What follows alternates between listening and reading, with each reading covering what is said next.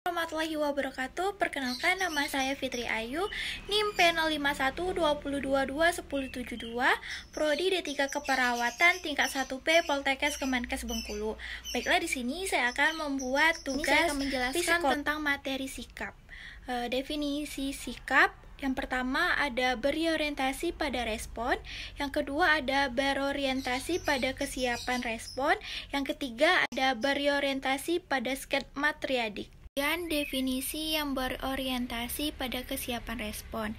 Sikap merupakan kesiapan untuk bereaksi terhadap suatu objek dengan cara tertentu.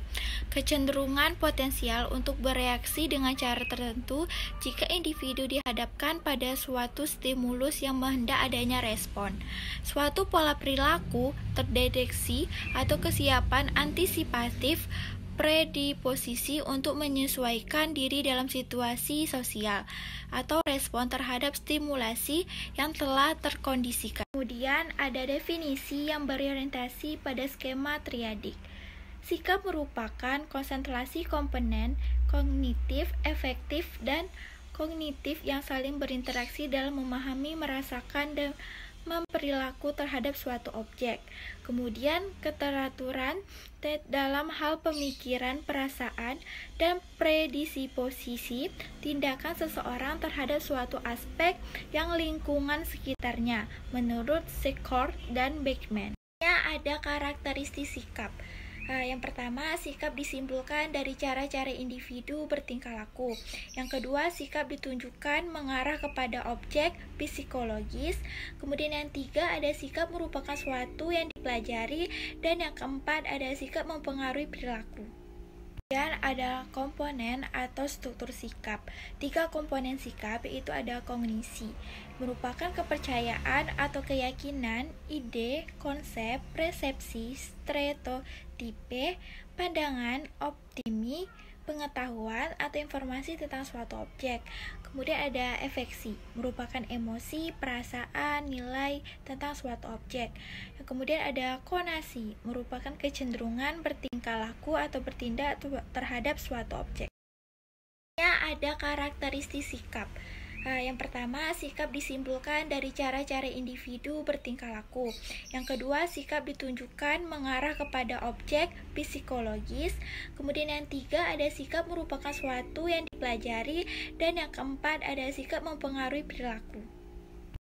Teori-teori pembentukan dan perubahan sikap, yaitu yang pertama ada teori keseimbangan, yang kedua ada teori konsistensi kognitif efektif, kemudian ada teori ketidaksesuaian, dan keempat ada teori atribusi. Faktor yang mempengaruhi pembentukan sikap, yaitu ada pengalaman pribadi, kebudayaan orang yang dianggap penting seperti orang tua, keluarga, pacar, sahabat, pemimpin. Kemudian ada media massa, kemudian ada institusi atau lembaga pendidikan dan agama. Kemudian ada faktor dalam diri individu. Yang pertama ada teori keseimbangan.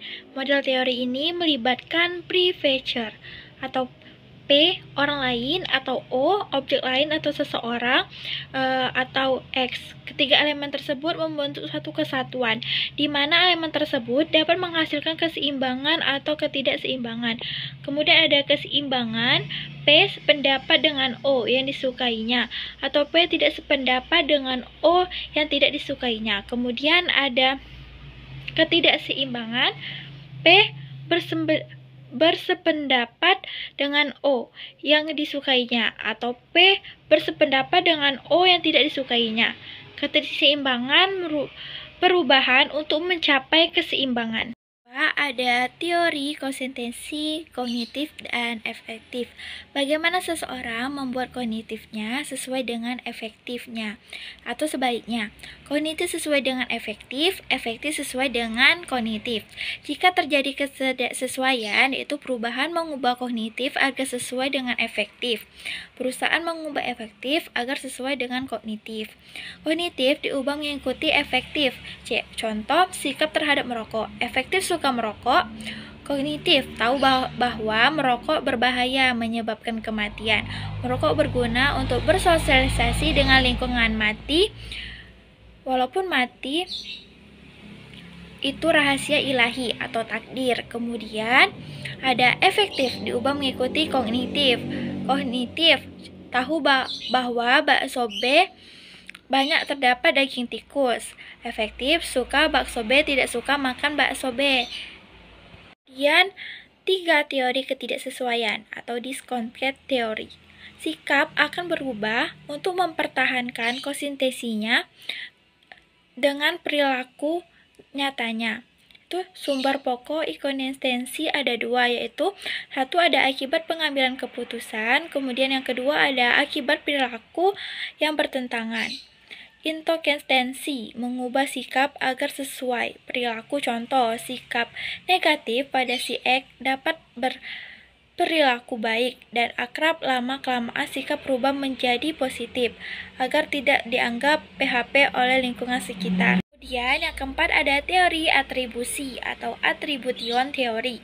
Berbeda dengan ahli pada umumnya sikap berdasarkan pertimbangan kognitif dan sikap bukan berdasarkan peninjauan ke dalam diri, tapi kesimpulan penilaian terhadap perilaku dan persepsi situasi. Perubahan perilaku menunjukkan perubahan sikap. Contoh, perilaku tidak mencontek, dipuji guru, nilai tetap baik.